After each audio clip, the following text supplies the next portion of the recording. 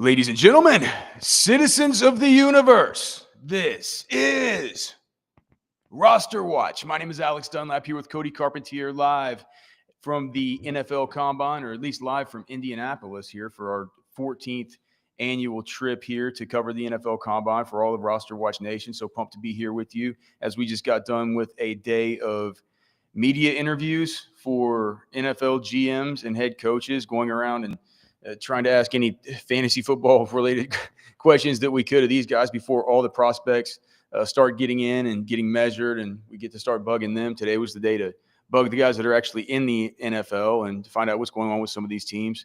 Cody, anything stick out to you? Anything stick out to me? Attitudes. You know, one of my big things today, I know we'll talk about a lot of players, but I think one of the big things that stuck out to me was just the energy that some of the GMs had, the energy some of the coaches had. I guess I found myself listening a lot today. I know I asked a lot of questions. You asked a lot of questions, but listening a lot to guys and watching their brains work. Like I liked listening and watching Sean Payton's brain work through questions. He's one of the rare guys that whenever you ask him something, he kind of sits there and stews on it for a minute. He stews on it. He stews on it. And like if I go, hey, Alex, what do you think about Marvin Mims and his maturation this year? He'll go, the question is about Marvin Mims and his maturation this year.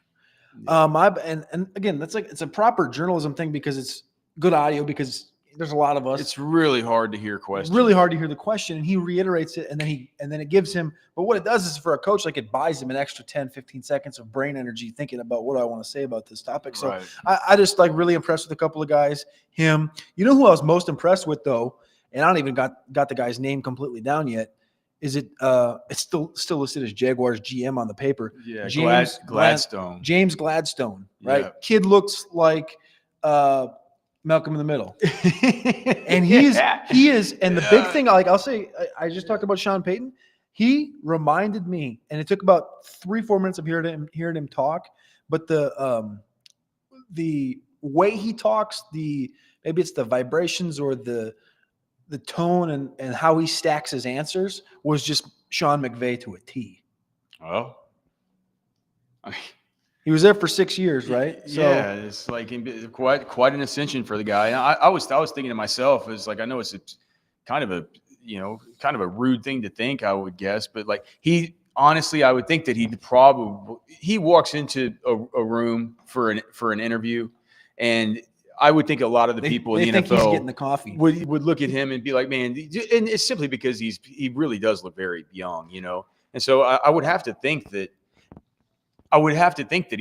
he probably brings a lot of juice to that interview, because it feels like it's a kind of that appearance, even though it's just he looks kind of young. It could be a little bit to overcome, you know what I mean? And so I think he probably interviewed as well as I think he probably had the same impression in his interview that you had of him, just super, super sharp. And the other thing too is, I think that there's just a lot of youth there right now in Jacksonville, with like Tony Khan starting to do more of this stuff, and Liam Cohen's super young. And so it's going to be interesting to see what they do there. But he said we are immediately raising the floor of this roster. He's laser focused on that. So really interested to see what happens there in Jacksonville. But do you want to go like team by team? I wrote down on this crappy napkin just some of my kind of takeaways. I don't know if you want to go by that list, or you want to go through obviously we don't do much for a show sheet around here at Roster Watch. We don't do much for a show sheet. I think we can just hop around. I know we don't have a lot of notes from everybody. Like some of these guys are kind of zeros as far as getting anything out of them. And it's tough when there's just two of us, and sometimes there's 4 or 5 of these dudes up there. So we're kind of running around with chickens with our heads cut off. But we're trying to get all the info that we can for you guys. And, of course, we have the best ball cheat sheet that'll be dropping next week with version 1.0. And some of that's going to have to do with some of this stuff, just starting to kind of figure it out. So I guess, how about this? Just let's start with the Bengals stuff. I thought it was so interesting that we have both Duke Tobin and Zach Taylor reiterating the same thing, reiterating the company line about what's going on in regard to getting Jamar Chase and T. Higgins both paid. And what they've said is the plan is to make Jamar Chase the richest non-quarterback in the league. Yep. And also to get T. Higgins signed to a long-term deal. Now, obviously, that's probably going to have a franchise on the front side of it, and they work. It could be that they're just saying that they're going to work towards the long-term deal as something to placate him a little bit with the franchise tag. Now, I don't know if fantasy-wise, like I've said before, Jamar Chase is the 101 and non-super flex. And that's going to stay the same even with T. Higgins there because he's done it with T. Higgins there. Yep. He scored 100 fantasy points more in PPR than anybody else last season with T. Higgins there most of the year. So not too much to worry about there. I thought what was more interesting was whenever you asked both of those guys about Chase Brown, it feels to me like if the plan really is that they're going to be paying Chase and Higgins and Burrow, you can't. It's not like you can have an expensive running back. I think that they've found a guy that they like, that they didn't expend a whole ton of draft capital on, that's on a good contract right now. It feels like they really consider him their primary runner. But you were the ones at the podiums for these ones. What did they say to you about Chase Brown? I asked Tobin and Duke Tobin, the director of player personnel / acting GM, and then also Zach Taylor, the head coach. Both asked them both about expectations for Chase Brown. Asked Tobin predominantly more like what he saw pre-draft that kind of gave him the idea that Chase Brown would be this guy. And he talked a lot about his, elusiveness, pass protection. He's gotten better in pass protection, catching the ball out of the backfield, which is the same thing that Zach Taylor talked about a lot. That's a key thing at the running back position that he said Chase Brown can do. The one interesting thing that Zach Taylor added in later was that he actually said directly, like, Chase Brown's our first and second down guy. Yeah. And then he also added in, but he can also do third down, which is nice, but it's not something that is like, it's not something that we have to have, but it's something that's nice because he literally played every snap for us.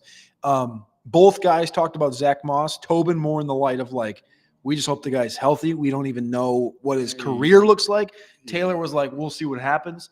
They gave him 2 years, $8 million last year. I think that ship is probably sailed as far as Zach Moss goes. And kind of what you kind of talked about a little bit with the contracts for Higgins and Chase and Burrow, whom they said they didn't even have to consider restructuring in this whole conversation, which is a bigger thing. I just more so to end the Chase conversation. They needed to get this T. Higgins thing done whenever he wanted. He just said, dude, all I want is Michael Pittman money. They should have done it then. I mean, yeah, everybody knows that.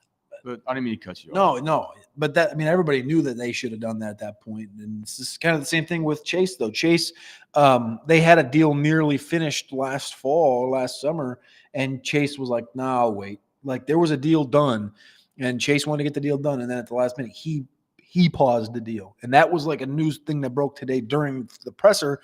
The Bengal media also, like, I'm not going to hate on a lot of media.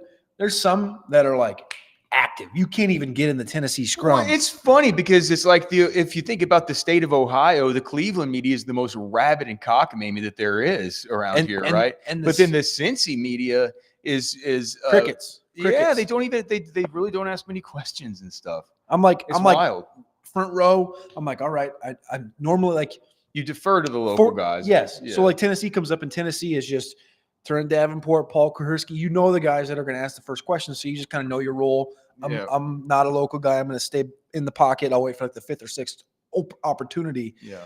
For Cincinnati, I was like, all right, I'll wait. And it was like 4 or 5 dead seconds. No questions. Like, all right, Chase Brown. All right, depth behind the back. All right, Yosevach. Just keep telling me more things. One more thing on Cincinnati, though. Like, I think the running back situation, as we've kind of talked about, it seems like Chase Brown's got a stranglehold on that thing. They'll probably address it later on. Think of like a Damian Martinez, Scadaboo, Montrell Johnson type of a conversation. I'd say probably 4th, 5th, 6th area. What's funny is those guys could be awesome too. Correct. It's just wild, man. It's such a deep running back class, and that's what a lot of these GMs said today whenever we asked about it. The last note I had with Cincinnati was I said basically because we just talked about Cincinnati media. Everybody asks. Everybody. Like there was 40, 50 questions to Duke Tobin about Higgins and Chase. And so finally when Zach Taylor came up, I just go, listen, everyone's asking about T. Higgins and Chase. Can you tell me a little bit about like the other receivers like Yosevach? Mm-hmm. And he went on a diatribe about Yosevach being, he can play every position. He catches every ball. He's so important. It's like he was talking about his own kid or something, dude. He loves on Andre Iosivas. And then you know who he brought up? This is my favorite thing about every question you ever ask somebody is when you ask about one guy and they bring up another unsolicited, right? Yep. Charlie Football. So Charlie Football's trying to get healthy. Charlie Football's he's grinding to get on the field, baby. No one's at the facility more than Charlie Football. Charlie Jones. So just keep an eye out on that. All right. What about Mark Andrews? The Mark Andrews stuff from DeCosta. Was that from DeCosta? Yeah, that was from DeCosta. Harbaugh. Harbaugh had an interesting take on the tush push that maybe we'll talk about that on our college football show later. But for fantasy, I think that the most interesting thing was the Mark Andrews. Your thoughts on the kind of Mark Andrews and what DeCosta's. Man, it's like it was like he was reading the Mark Andrews eulogy. It was weird because it was like we got to the end. I think it was the last question. I didn't ask it. And the guy basically said, he didn't say like Andrews has been hurt. Andrews is old. He just kind of inferred like, what do you do when this guy's got 1 year left in his contract? Likely he's got 1 year left in his contract, his rookie deal. And DeCosta was basically, he goes like, how do you diagnose that situation? And DeCosta kind of looks at him and he goes, we're really blessed to have 3 really good tight ends. Yeah. And I thought to myself, God damn, I mean, Charlie Kolar hasn't done anything, but I know who Charlie Kolar is. He's a great athlete from Iowa State, third-year guy. And then he said that, and then he goes, Mark Andrews, all-time great Raven. He'll be in the Ring of Honor. There's no bigger fan of Mark Andrews than me. And I just started, whoa. Yeah, that doesn't. Whoa, that is like for someone that he's not even. I think he turns 30 this year. Yeah, I don't. If you go into, well, I mean, Andy Reid was asked about Kelsey today, and he goes, "Is Kelsey going to retire?" And he goes, "That's up to Travis. He'll just do whatever he wants." But like, if you think about like a tight end in his prime, think about Bill Belichick getting asked about like Gronkowski, like, Gronkowski. His salary's coming up. Like, he's not going to – it's the point I'm making, I guess, is like if this guy was in your plans, you're saying Mark's been a great asset. I mean, we're going to do all we can to get Mark an extension. We're going to continue to – no, it was like the opposite direction, right? And they know Likely's there. They know how good Likely is. He obviously popped early this season. And Kolar, it just felt like the writing was just clearly on the wall because – part of the initial question from the reporter was like, in trade conversations, like if a trade potentially comes up in conversation, is that something that you would take advantage of essentially? Who's trading for Mark Andrews? I think a lot of opportunities for that. You think so? Oh, I think. What would you? What would you give up for Mark Andrews? Like a fourth? Yeah, just literally. But like a 2025 or a 2026? I think I'd probably try to defer it. Yeah, but I think of like again, both AFC teams here, but think of like a Houston, think of a Denver. Well, because apparently Denver's not going to get Rob Gronkowski. I don't know about that. Yeah, okay. I don't know, but I think there's just teams you can think about that you're like, all right, well, I mean, I could tell myself a story here. You could tell yourself a story for the Commanders. To maybe go for, Commanders feel like they're in a good spot. Obviously, they just made a push to the NFC title game. It's like, okay, Zach Ertz maybe retires. Yeah. They like Ben Sinnott. They need to add weaponry though. They need to add a receiver in this draft. And the doors. There's a lot of spots I think that could use a 30-year-old Mark Andrews that gives you upside for a 4th or 5th round pick, 100%. A couple of running backs that people probably thought were in dynasty you should have sold. A year ago, right? James Conner and DeAndre Swift, just some interesting thoughts about them. Look, it could be that there's like here's one thing I'll tell you. Monty Ossenfort, the GM for the Arizona Cardinals, loves James Conner. He loves this guy. And because I asked him about Marvin Harrison and Trey Benson, the 2 guys you drafted last year, what's the end of season evals on those guys. And of course he goes through with Marv and talks about there was things on the film that were really awesome and, led the team in receiving touchdowns, second on the team in reception, second on the team in receiving yards, all this stuff. Right. really pleased with him as a rookie. He said as far as Trey Benson, got to see him in there, look dynamic at times and stuff. Like we're certainly hoping, he continues with what we saw towards down the stretch last season. But it's always kind of hard whenever you're sitting behind one of the best players on the team. And I just said, okay. I was like, okay, so this isn't some kind of, James. They gave James Conner 2 more years. You know what I mean? Like I think that. Look, if you've held on to James Conner in Dynasty, you've made money. Yeah, and the thing is, you're not going to get anything for him in return. So just keep holding on to him because he's going to be there. He's going to continue to be their running back 1 for at least this year, and maybe we'll see that changing of the guard, barring injury and stuff like that, the year after. Yeah. During the second year of the extension, because I asked Jonathan Gannon the same thing about Benson, and what's the expectation this year? And he says I'm expecting him to light it up. He goes who says you only need to have one running back 1? Yeah. So he was basically saying Connor's our running back 1, right? He's saying who says that you only need to have 1? It's like what kind of math says it? That, there's a running back 1 and a running back 2, right? So I think that Connor, you're not going to be able to get anything for him in Dynasty. But the good news is, if you've held on to him and just think you got this dead asset that you're not going to be able to use, I think you're going to be able to use him for another year. And I'm not sure the same can be said about DeAndre Swift, just because he kind of looked bad. But I mean, he's in a Ben Johnson offense now.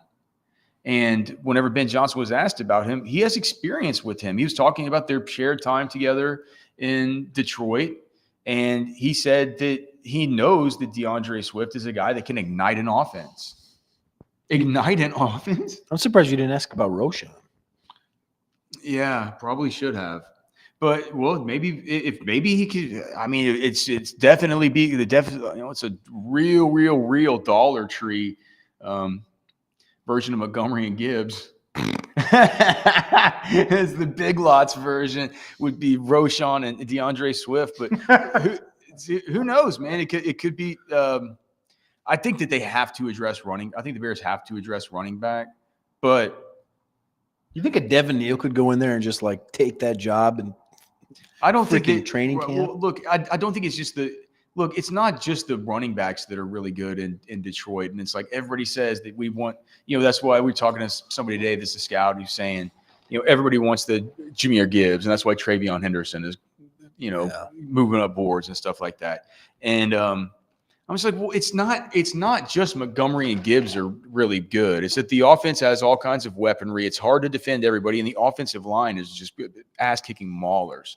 And the Bears offensive line is not. They have issues, and so I'm not sure that we can just go 1-to-1 of what Ben Johnson was doing in Detroit and just copy and paste it onto Chicago as far as these kind of player archetypes.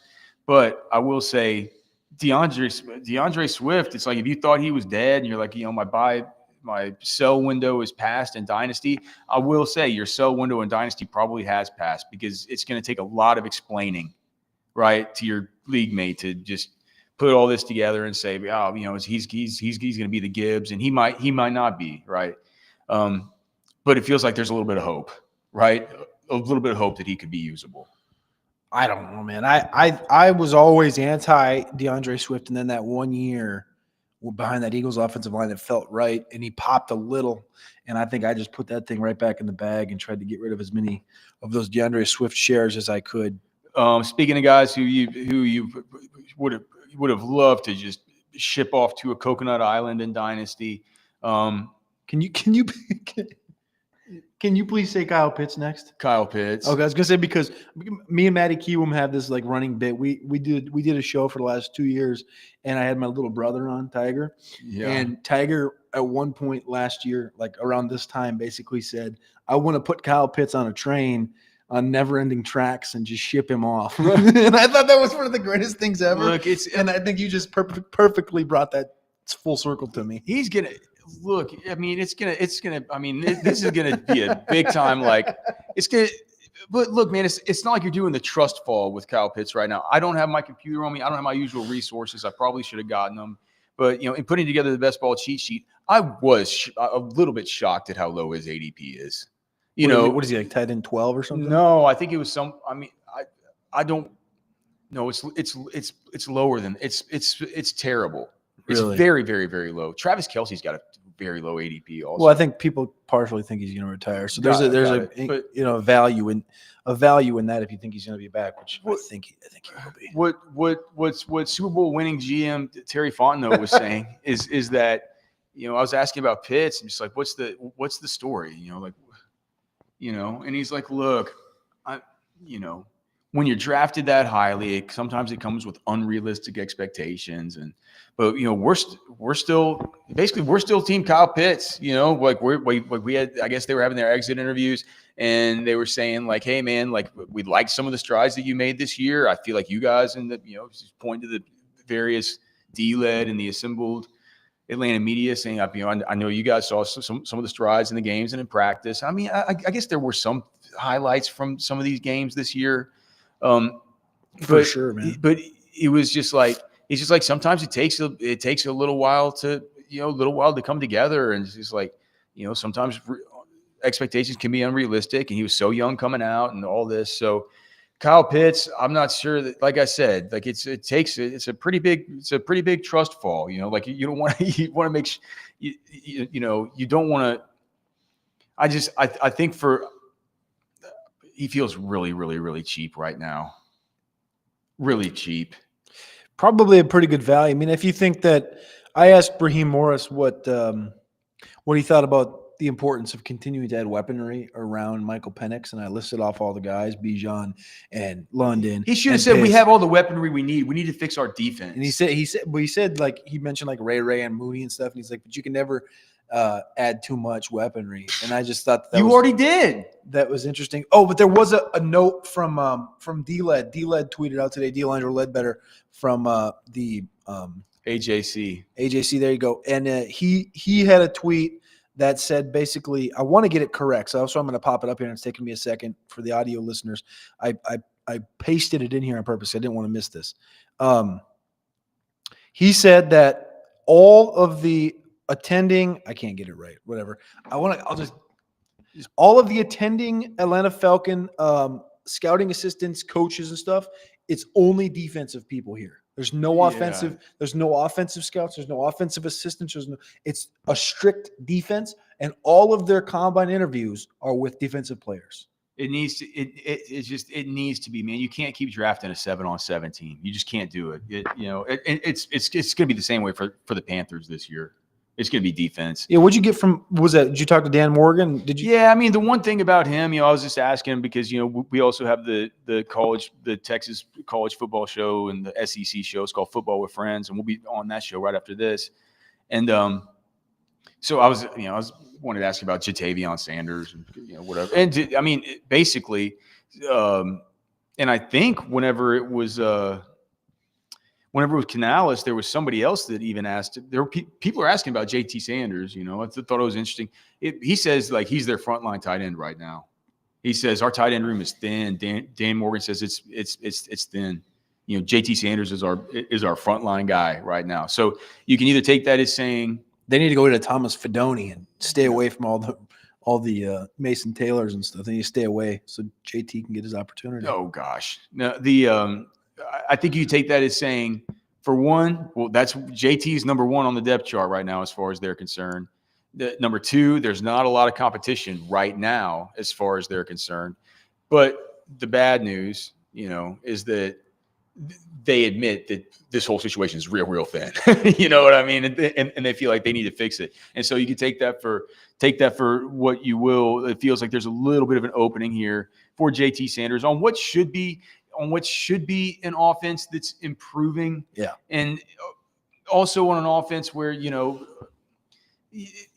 was straight up asked, he's like, are you in need of a wide receiver one? I mean, you have Xavier Legette, you have Jalen Coker, you have Adam Thielen. I get it. But are you in need of wide receiver one? And he's like, man, I love our wide receivers. He started out by saying that. And how these guys got better and how Thielen's old reliable and how Coker made more strides than they would have thought and all this. But then said, obviously, I'm going to do everything I can to get as many playmakers on our offense as I can. But they feel relatively happy with those guys. To me, it feels like one of the most unassuming wide receiver units in the whole entire league. And if the offense continues to get better, like JT's a good man.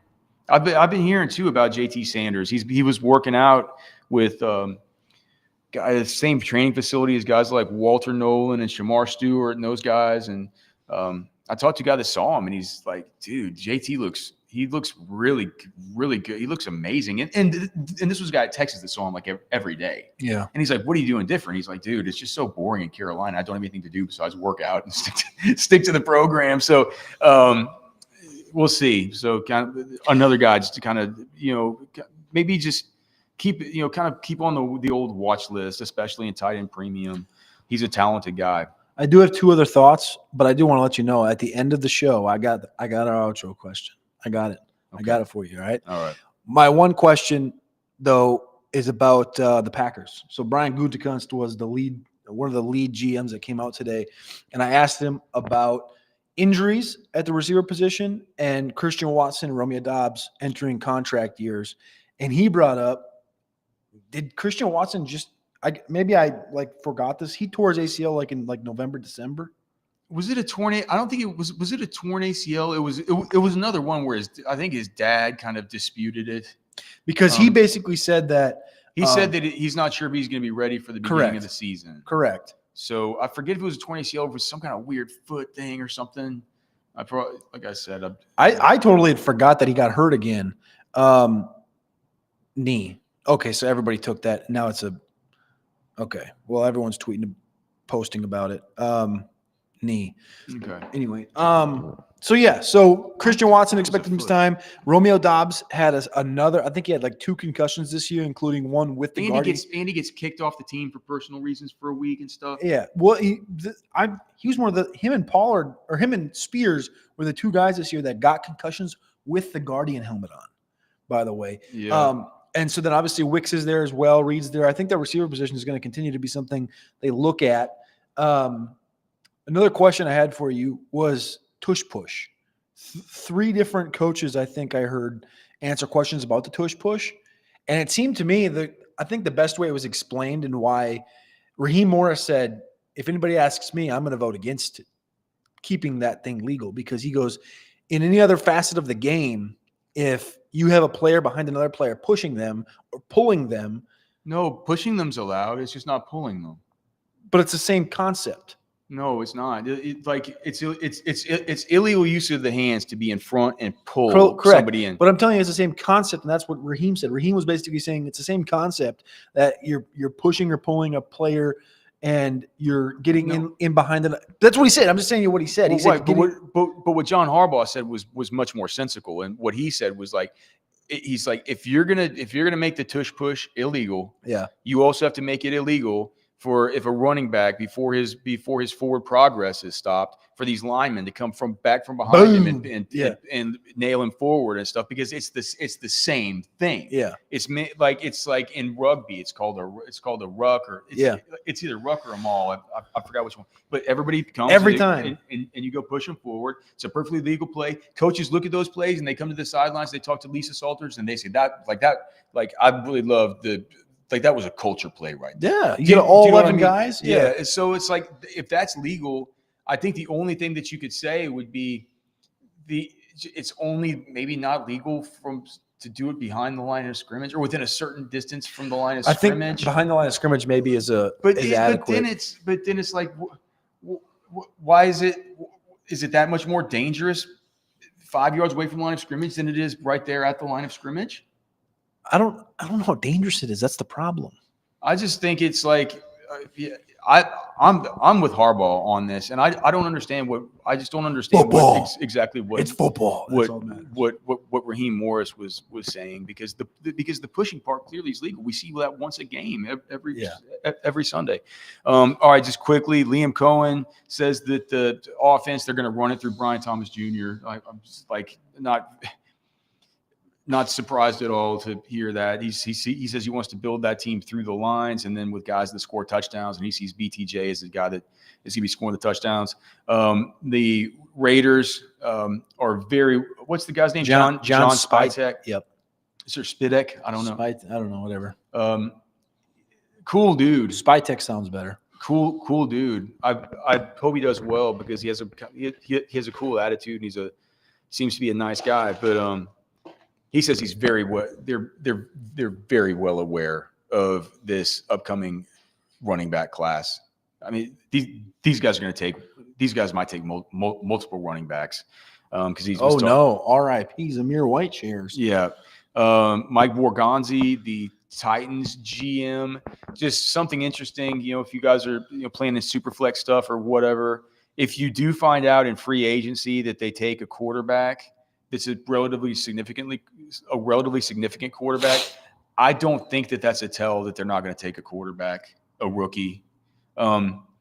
Because he says everywhere he's been, they've always wanted to have a veteran quarterback there to kind of mentor their young quarterback and sort of almost be part of the coaching staff. He was with the Chiefs when they had Alex Smith and Mahomes do that, I would guess. But he says that at other stops they've done that. So just a little word of advice. I know in Superflex leagues, you can whenever they open up, if we do see a quarterback go to Tennessee and it's somebody that's of relative,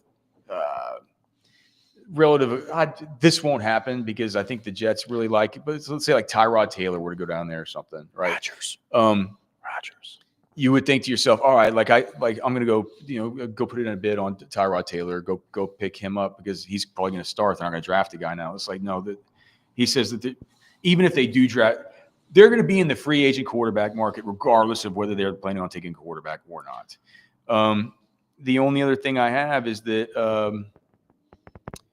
Ortiz is another guy who is very, very, very aware of the depth at the running back position this year. He talked about it, and it really is an awesome running back class, man. They're going to be guys who can come in and start and be dynasty first-round rookie draft picks that gets taken in the 5th round of this draft if they get taken by a team like the Chargers. And so just another thing to keep an eye on there is the Chargers. I think the Chargers, Raiders, Broncos. Sean Payton said running back and tight end are in the must realm for us this year, in the gotta have it kind of realm. Yeah. So be expect. And then what he told me, you asked him about. I think it's curtains for like they think of Estime and Jaleel McLaughlin and Blake Watson and Tyler Bidet and Tyler Bidet.